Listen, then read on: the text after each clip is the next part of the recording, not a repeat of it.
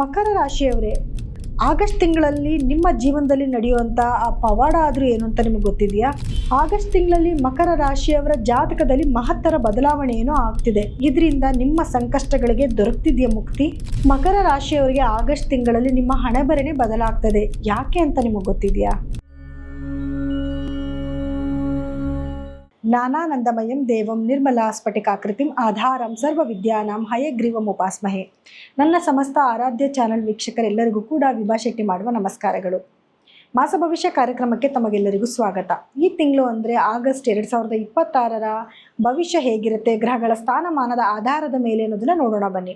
ಇನ್ನು ಗ್ರಹಗಳ ಸ್ಥಾನಮಾನ ಹೇಗಿದೆ, ಯಾವುದಾದ್ರೂ ಗ್ರಹಗಳ ಬದಲಾವಣೆ ಆಗ್ತಿದೆ ಅಂತ ನೋಡೋದಾದರೆ ನೋಡಿ, ಆಗಸ್ಟ್ 1ನೇ ತಾರೀಕು ಶುಕ್ರ ಗ್ರಹ ಸಿಂಹ ರಾಶಿಯಿಂದ ಕನ್ಯಾ ರಾಶಿಗೆ ಅಂದರೆ ತನ್ನ ನೀಚ ರಾಶಿಗೆ ತನ್ನ ಪ್ರವೇಶನ ಬೆಳೆಸ್ತಾ ಇದೆ. ಹಾಗೆ 2ನೇ ತಾರೀಕು ಕುಜಗ್ರಹ ವೃಷಭ ರಾಶಿಯಿಂದ ಮಿಥುನ ರಾಶಿಗೆ ತನ್ನ ಪತನ ಬದಲಾಯಿಸ್ತಾ ಇದೆ. ಅದೇ ರೀತಿಯಲ್ಲಿ 5ನೇ ತಾರೀಕು ಬುಧಗ್ರಹ ಸಿಂಹ ರಾಶಿಯಿಂದ ಕಟಕ ರಾಶಿಗೆ ವಕ್ರ ಚಲನೆನ ಶುರು ಮಾಡುತ್ತೆ. ಅದೇ ರೀತಿ 22ನೇ ತಾರೀಕು ಮತ್ತೆ ಕಟಕ ರಾಶಿಯಿಂದ ಸಿಂಹ ರಾಶಿಗೆ ಮತ್ತೆ ನೇರ ಚಲನೆನ ಶುರು ಮಾಡುತ್ತೆ ಬುಧಗ್ರಹ. ಇನ್ನು ಸೂರ್ಯ ಬಂದು 7ನೇ ತಾರೀಕು ಕಟಕ ರಾಶಿಯಿಂದ ಸಿಂಹ ರಾಶಿಗೆ ಅಂದರೆ ತನ್ನ ಸ್ವಂತ ರಾಶಿಗೆ ತನ್ನ ಪತನ ಬದಲಾವಣೆ ಮಾಡುತ್ತೆ. ಇನ್ನು ಇದರಿಂದ ಗ್ರಹಗಳ ಸ್ಥಾನಮಾನದ ಆಧಾರದ ಮೇಲೆ ದ್ವಾದಶ ರಾಶಿಗಳ ಮೇಲೆಲ್ಲ ಪ್ರಭಾವ ಬೀರುತ್ತೆ ಅನ್ನೋದನ್ನ ನೋಡೋಣ ಬನ್ನಿ. ಮಕರ ರಾಶಿಯವರ ಆಗಸ್ಟ್ ತಿಂಗಳ ಭವಿಷ್ಯ ಹೇಗಿರುತ್ತೆ ಅಂತ ನೋಡಿದ್ರೆ ನೋಡಿ, ಮಕರ ರಾಶಿಯವರಿಗೆ ಗುರುಬಲ ಬಂದಿದೆ. ಲಗ್ನಕ್ಕೆ ಗುರುವಿನ ದೃಷ್ಟಿ ಬೀಳ್ತಾ ಇದೆ. ಗುರುವಿನ ದೃಷ್ಟಿ ಬಿದ್ದರೆ ಕೋಟಿ ಪುಣ್ಯ ಅಂತ ಕೂಡ ಹೇಳ್ತೀವಿ. ಗುರು ಕಂಬಸ್ಥಿತಿಯಿಂದ ಈಚೆ ಕಡೆಗೆ ಬಂದಿದ್ದಾರೆ. ಸೊ ಹಾಗಾಗಿ ಮನೆಯಲ್ಲಿ ಶುಭ ಕಾರ್ಯಗಳಾಗುವಂಥದ್ದು, ಮದುವೆ ಆಗಿರ್ಬೋದು ಅಥವಾ ಮನೆಯಲ್ಲಿ ಗೃಹ ಪ್ರವೇಶಗಳಾಗಿರ್ಬೋದು, ಎಲ್ಲ ರೀತಿಯಾದ ಶುಭ ಕಾರ್ಯಗಳಾಗೋದಕ್ಕೆ ಒಳ್ಳೆ ಸಮಯ ಅಂತೂ ಆಗಿರುತ್ತೆ. ಆದರೆ ಕೆಲವೊಂದು ಸಮಸ್ಯೆಗಳನ್ನ ಎದುರಿಸಬೇಕಾಗಿ ಬರುತ್ತೆ. ಯಾವ ರೀತಿಯಾದ ಸಮಸ್ಯೆಗಳು ಅಂತ ಬಂದಾಗ ನೋಡಿ, 7ನೇ ಮನೆಯಲ್ಲೇ ಗ್ರಹಣ ನಡೀತಾ ಇದೆ. ಸೊ ಇದರಿಂದ ಸ್ವಲ್ಪ ಭಿನ್ನಾಭಿಪ್ರಾಯಗಳು, ಏನೇ ಆದರೂ ಗುರುದೃಷ್ಟಿ ನಿಮಗೆ ಲಗ್ನದಲ್ಲಿ ಬಿದ್ದಿರೋದ್ರಿಂದ ಯಾವುದು ಮೇಜರಾಗಿ ಬಿಡಲ್ಲ, ಯಾವುದೇ ರೀತಿ ಎದುರುಕೊಳ್ಳುವಂಥ ಅವಶ್ಯಕತೆ ಇಲ್ಲ. ಗಂಡ ಹೆಂಡತಿ ಮಧ್ಯದಲ್ಲಿ ಸಣ್ಣ ಪುಟ್ಟ ಭಿನ್ನಾಭಿಪ್ರಾಯಗಳು ಬರುವಂಥ ಸಾಧ್ಯತೆಗಳಿರುತ್ತೆ. ಏನೇ ಆದರೂ ಕೂಡ ಅದೆಲ್ಲ ಕ್ಷಣಿಕ ಮಾತ್ರನೇ, ಯಾವುದು ಮೇಜರ್ ಪ್ರಾಬ್ಲಮ್ ಅಂತಾಗಿ ತುಂಬ ದುಃಖ ಪಡೋದು, ತುಂಬ ಕಷ್ಟಪಡೋದು, ಆ ರೀತಿ ಸಮಸ್ಯೆಗಳಂತೂ ಖಂಡಿತ ಬರೋದಿಲ್ಲ. ಎರಡನೇದೇನು ಅಂತಂದರೆ, 2ನೇ ಮನೇಲೇ ರಾಹು ಇರೋದ್ರಿಂದ ಮಾತಾಡ್ಬೇಕಾದ್ರೆ ಸ್ವಲ್ಪ ಕೇರ್ಫುಲ್ಲಾಗಿ ಮಾತಾಡಿ. ಏನಂದ್ರೆ ಅದು ಮಾತಾಡ್ಬಿಡೋದು, ಏನೋ ಒಂದು ಗುಟ್ಟಿರುತ್ತೆ ತೊಗೊಂಡೋಗಿ ಯಾರಿಗೆ ಹೇಳ್ಬಾರ್ದಂತಿರುತ್ತೋ ಅವ್ರ ಹತ್ರ ಹೋಗಿ ಹೇಳ್ಬಿಡೋದು, ಅದೇ ಒಂದು ದೊಡ್ಡ ಸಮಸ್ಯೆಗಳಾಗುವಂಥದ್ದು. ಅಥವಾ ಜೋರಾಗಿ ಮಾತಾಡೋದು, ಅದರಿಂದನೂ ಕೆಲವರಿಗೆ ಇರಿಟೇಟ್ ಆಗುತ್ತೆ. ಮನೆಯಲ್ಲಿ ಅದೇ ಒಂದು ದೊಡ್ಡ ಸಮಸ್ಯೆಗಳಾಗ್ಬಿಡುವಂಥ ಸಾಧ್ಯತೆ ಇರುತ್ತೆ. ಸ್ವಲ್ಪ ಹುಷಾರಾಗಿ ಮಾತಾಡಿ. ಸ್ವಲ್ಪ ಮಾತಾಡಬೇಕಾದ್ರೆ ಏನು ಮಾತಾಡ್ತಿದ್ದೀನಿ, ಇದು ಮಾತಾಡಿದ್ರೆ ಒಳ್ಳೇದಾ ಕೆಟ್ಟದಾ ಅಂತ ಯೋಚನೆ ಮಾಡಿ ಮಾತಾಡಿ. ಕುಟುಂಬದಲ್ಲಿ ಯಾರಿಗಾದ್ರೂ ಆರೋಗ್ಯ ಸಮಸ್ಯೆಗಳು ಬರುವಂಥ ಸಾಧ್ಯತೆಗಳು ಕೂಡ ಇರುತ್ತೆ. ಸ್ವಲ್ಪ ಹುಷಾರಾಗಿರಿ. ಯಾರಿಗಾದ್ರೂ ಸಮಸ್ಯೆಗಳು ಬಂದರೆ ದಯವಿಟ್ಟು ಮೊದಲೇ ಹೋಗಿ ಡಾಕ್ಟ್ರ್ ಹತ್ರ ತೋರಿಸಿ ಪ್ರಿಕಾಷನ್ಸ್ ತಗೊಳ್ಳಿ. ನಿಮಗೂ ಕೂಡ 8ನೇ ಮನೆಯಲ್ಲಿ ಕೇತು ಸಂಚಾರ ಇರೋದ್ರಿಂದ ಆಪ್ರೇಷನ್ಗಳಾಗುವಂಥ ಚಾನ್ಸಸ್ ಇರುತ್ತೆ. ಹಾಗಾಗಿ ಹುಷಾರಾಗಿರಿ. ಇವಾಗ ಸೂರ್ಯನ ಜೊತೆಯಲ್ಲಿ ಸೇರ್ಕೊತಾನೆ 17ನೇ ತಾರೀಕಿನ ನಂತರ. ಸೊ ಅವಾಗೇನಾಗುತ್ತೆ, 8ನೇ ಮನೆಗೆ ಸೂರ್ಯ ಹೋದಾಗ ನೀವೇನಾದರೂ ಗೌರ್ಮೆಂಟ್ ಕೆಲಸದಲ್ಲಿದ್ದರೆ ಅಥವಾ ರಾಜಕಾರಣಿಗಳೇನಾದರೂ ಆಗಿದ್ರು ಅಂತಂದರೆ ಗೌರ್ಮೆಂಟಿಂದ ಆಗಬೇಕಾಗಿರೋಂಥ ಕೆಲವು ಕೆಲಸಗಳು ಕೈ ತಪ್ಪಿ ಹೋಗುವಂಥದ್ದು ಅಥವಾ ಅದೃಷ್ಟಕರ ರೀತಿಯಲ್ಲಿ ನಿಮ್ಮ ಹತ್ರಕ್ಕೆ ಹುಡ್ಕೊಂಡು ಬರುವಂಥದ್ದು ಎರಡೂ ಕೂಡ ಆಗೋ ಸಾಧ್ಯತೆಗಳಿರುತ್ತೆ. ಒಳ್ಳೆಯದು ಕೆಟ್ಟದು ಎರಡೂ ಕೂಡ ನಡೀತಾನೆ ಇರುತ್ತೆ. ಸೊ ಅದನ್ನು ಒಳ್ಳೆಯದಾಗಿ ನಾವು ಪರಿವರ್ತನೆ ಮಾಡ್ಕೋಬೇಕು. ಅದಕ್ಕೆ ಕೆಲವೊಂದು ನಾನು ರೆಮಿಡೀಸ್ ಕೂಡ ನಿಮಗೆ ಹೇಳ್ಕೊಡ್ತೀನಿ. ಇನ್ನು 3ನೇ ಮನೆಯಲ್ಲಿ ನಿಮ್ಮ ರಾಶಾಧಿಪತಿ ಆಗಿರುವಂತಹ ಶನಿ ಗ್ರಹನೇ 3ನೇ ಮನೇಲಿ ಸಂಚಾರ ಮಾಡ್ತಿದ್ದಾನೆ. ಧೈರ್ಯ ತುಂಬ ಜಾಸ್ತಿ ಇರುತ್ತೆ. ಯಾವ ಕೆಲಸ ಮಾಡೋಕ್ಕೂ ಕೂಡ ಮುನ್ನುಗ್ಗಿ ಹೋಗ್ತಾ ಇರ್ತೀರ ಸೈಲೆಂಟಾಗಿ ನೀವು.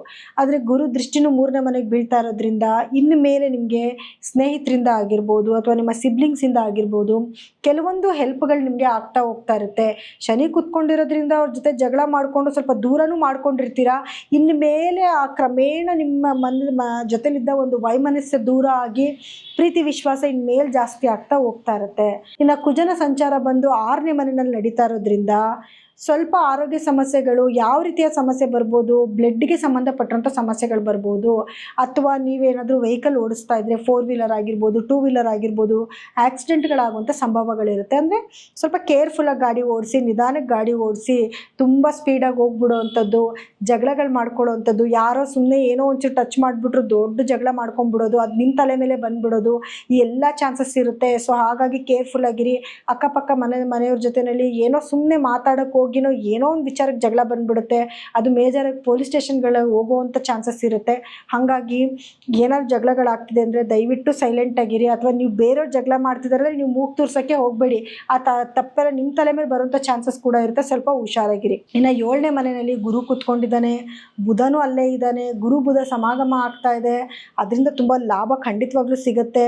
ಆದರೆ ಗ್ರಹಣ ಆಗೋದ್ರಿಂದ ಗ್ರಹಣದ ಎಫೆಕ್ಟಿಂದ ಸ್ವಲ್ಪ ಗಂಡ ಹೆಂಡತಿ ಮಧ್ಯದಲ್ಲಿ ಒಂಚೂರು ವೈಮನಸ್ಸೆ ಬರ್ಬೋದು. ಇನ್ನು 8ನೇ ಮನೆ ಅಂತ ಬಂದಾಗ ಕೇತು ಸೂರ್ಯರ ಸಮಾಗಮ ಆಗ್ತಾ ಇದೆ. ತಂದೆ ಆರೋಗ್ಯಕ್ಕಷ್ಟು ಒಳ್ಳೆಯದಲ್ಲ. ಆರೋಗ್ಯ ಸಮಸ್ಯೆ ನಾನು ಆಗಲೇ ಹೇಳಿದೆ, ಆಪ್ರೇಷನ್ಗಳಾಗೋ ಚಾನ್ಸಸ್ ಇರುತ್ತೆ ಅಂತ. ದಯವಿಟ್ಟು ಅಂಥ ಸಮಸ್ಯೆಗಳೇನಾದರೂ ನಿಮ್ಮನ್ನು ಕಾಡ್ತಿದ್ರೆ ಮೊದಲೇ ಡಾಕ್ಟ್ರ್ ಹತ್ರ ತೋರಿಸ್ಕೊಂಡು ಪ್ರಿಕಾಷನ್ ತಗೊಳ್ಳಿ. ಮೇಜರ್ ಪ್ರಾಬ್ಲಮ್ ಆಗೋದಕ್ಕೆ ಬಿಡಬೇಡಿ.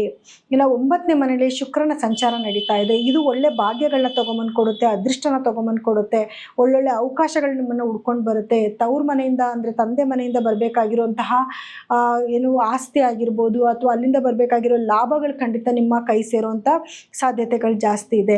ಜೊತೆಗೆ 11ನೇ ಮನೆಗೆ ನಿಮಗೆ ಗುರುದೃಷ್ಟಿ ಬೀಳ್ತಾ ಇರೋದ್ರಿಂದ ನೀವು ಮಾಡೋ ಅಂತಹ ಎಲ್ಲ ಕೆಲಸಗಳಲ್ಲೂ ಲಾಭ ತೊಗೊಂಬಂದು ಕೊಡುತ್ತೆ. ನೋಡಿ, ಮಕರ ರಾಶಿಯವರು ಬಹಳ ವರ್ಷಗಳಿಂದ ನನಗೆ ಕಷ್ಟ ಕಷ್ಟ ಅಂತ ಏನು ಹೇಳ್ಕೊಂಡು ಬರ್ತಾ ಇದ್ರಿ, ಇನ್ನು ಮೇಲೆ ಒಳ್ಳೇದಾಗ್ತಾ ಹೋಗ್ತಾ ಇರುತ್ತೆ. ದಯವಿಟ್ಟು ಪಾಸಿಟಿವ್ನ ಮಾತಾಡೋಕ್ಕೆ ಶುರು ಮಾಡ್ಕೊಳ್ಳಿ. ನೋಡಿ, ಎಲ್ಲನೂ ಅಷ್ಟೇ ಇಷ್ಟು ದಿವಸ ಕಷ್ಟ ಅನುಭವಿಸ್ತಾ ಇದ್ರಿ, ದಿಢೀರಂತ ಎಲ್ಲನೂ ಕೂಡ ಬದಲಾವಣೆ ಆಗ್ಬಿಡ್ಬೇಕು ಅಂದರೆ ಆಗಲ್ಲ. ನಿಧಾನಗತಿನಲ್ಲಿ ದಿನಕ್ಕೂ ವಾರಕ್ಕೂ ನಿಮ್ಮ ಜೀವನ ಬದಲಾವಣೆ ಆಗ್ತಾ ಹೋಗ್ತಾ ಇರುತ್ತೆ. ಅದನ್ನು ನೀವು ಅಕ್ಸೆಪ್ಟ್ ಮಾಡ್ಕೋಬೇಕು. ಜೊತೆಗೆ ಯಾವಾಗಲೂ ಪಾಸಿಟಿವ್ ಆಗಿ ಮಾತಾಡ್ತಾ ಇರಿ. ಖಂಡಿತ ನಿಮ್ಮ ಜೀವನದಲ್ಲಿ ಎಲ್ಲನೂ ಪಾಸಿಟಿವೇ ಆಗುತ್ತೆ. ಸೊ ನಿಮಗೆ ಕೆಲವೊಂದು ಸಮಸ್ಯೆಗಳಿದೆ ಅಂತ ಹೇಳಿದೆ, ಅದಕ್ಕೆ ಪರಿಹಾರ ಏನು ಮಾಡ್ಕೋಬೇಕು ಅಂತ ನೋಡಿದಾಗ ನೋಡಿ, ಮೊದಲನೇದಾಗಿ ನೀವು ಕುಜಗ್ರಹದ ಗಾಯತ್ರಿ ಮಂತ್ರ ಅಂದರೆ ಕುಜ ಗಾಯತ್ರಿ ಮಂತ್ರ ಅಂತ ಬರುತ್ತೆ, ಅದನ್ನೇ ಪ್ರತಿದಿನ ಪಠನೆ ಮಾಡ್ಕೊಳ್ಳಿ. ತೊಗರಿ ಬೇಳೆನ ಮಂಗಳವಾರ ದಿವಸ ಸುಬ್ರಹ್ಮಣ್ಯ ಸ್ವಾಮಿ ದೇವಸ್ಥಾನದಲ್ಲಿ ಹೋಗಿ ಅಂದರೆ ದೇವಸ್ಥಾನಕ್ಕೆ ಕೊಡಬೇಕು ಅಂತಿಲ್ಲ, ದೇವಸ್ಥಾನಕ್ಕೆ ಹೋಗಿ ಬನ್ನಿ. ತೊಗರಿ ಬೇಳೆನ ನಿರ್ಗತಿಕರಿಗೆ ಅಂದರೆ ನೀಡ್ಫುಲ್ ಪೀಪಲ್ಗೆ ತೊಗೊಂಡೋಗಿ ಕೊಡಿ, ಅವಶ್ಯಕತೆ ಇರೋರಿಗೆ ಕೊಡಿ. ಅವ್ರು ಅಡುಗೆ ಮಾಡ್ಕೊಂಡು ಊಟ ಮಾಡಲಿ. ಖಂಡಿತ ನಿಮಗೆ ಬರ್ತಿರೋಂಥ ಕೆಲವೊಂದು ಸಮಸ್ಯೆಗಳು ಕಮ್ಮಿ ಆಗ್ತಾ ಹೋಗ್ತಾ ಇರುತ್ತೆ. ಇನ್ನು ಗ್ರಹಣದ ಒಂದು ಪ್ರಭಾವ ಇರೋದ್ರಿಂದ ಸೂರ್ಯನು ಕೂಡ 8ನೇ ಮನೆಗೆ ಬರೋದ್ರಿಂದ ಪ್ರತಿದಿನವೂ ಕೂಡ ಆದಿತ್ಯ ಹೃದಯನ ಪಾರಾಯಣ ಮಾಡ್ಕೊಳ್ಳಿ, ಸೂರ್ಯನಿಗೆ ನಮಸ್ಕಾರ ಹಾಕ್ಕೊಳ್ಳಿ. ಮತ್ತು ಕೇತುಗೋಸ್ಕರ ಗಣಪತಿ ಧ್ಯಾನ ಪ್ರತಿದಿನವೂ ಮಾಡ್ಕೊಳ್ಳಿ. ಸಂಕಷ್ಟ ಚತುರ್ಥಿ ಒಂದು ದಿವಸನಾದರೂ 21 ಗರಿಕೆ ಹುಲ್ಲನ್ನ ತೊಗೊಂಡೋಗಿ ಗಣಪತಿಗೆ ಕೊಟ್ಟು ನಮಸ್ಕಾರ ಮಾಡ್ಕೊಳ್ಳಿ. ಇದೆಲ್ಲನೂ ಕೂಡ ನಿಮಗೆ ಬರ್ತಿರೋಂಥ ಸಂಕಷ್ಟಗಳನ್ನ ಸ್ವಲ್ಪನೇ ಕಮ್ಮಿ ಮಾಡ್ತಾ ಹೋಗುತ್ತೆ. ನೋಡಿ, ಇಲ್ಲಿವರೆಗೂ ಹೇಳಿರುವಂತಹ ಫಲಾನುಫಲಗಳು ಗ್ರಹಗಳ ಸ್ಥಾನಮಾನದ ಆಧಾರದ ಮೇಲೆ ಆಗಿರುತ್ತೆ. ಆದರೆ ನಿಮ್ಮ ವೈಯಕ್ತಿಕ ಜಾತಕನ ತೋರಿಸ್ಕೊಳ್ಳೋದು ಬಹಳ ಮುಖ್ಯ ಆಗಿರುತ್ತೆ. ಯಾಕೆ ಅಂದರೆ ನಿಮಗೆ ನಡೀತಿರುವಂತಹ ದಶಾ ಭುಕ್ತಿ ಆಗಿರ್ಬೋದು ಅಥವಾ ಗ್ರಹಗಳ ಸ್ಥಾನಮಾನ ಆಗಿರ್ಬೋದು, ಅದಕ್ಕೆ ತಕ್ಕ ಪರಿಹಾರಗಳನ್ನ ಮಾಡ್ಕೊಳ್ಳೋದ್ರಿಂದ ನಿಮ್ಮ ಜೀವನದಲ್ಲಿ ಏಳಿಗೆ ಮತ್ತು ಒಳಿತನ್ನ ಖಂಡಿತ ನೀವು ನಿರೀಕ್ಷೆ ಮಾಡ್ಬೋದು.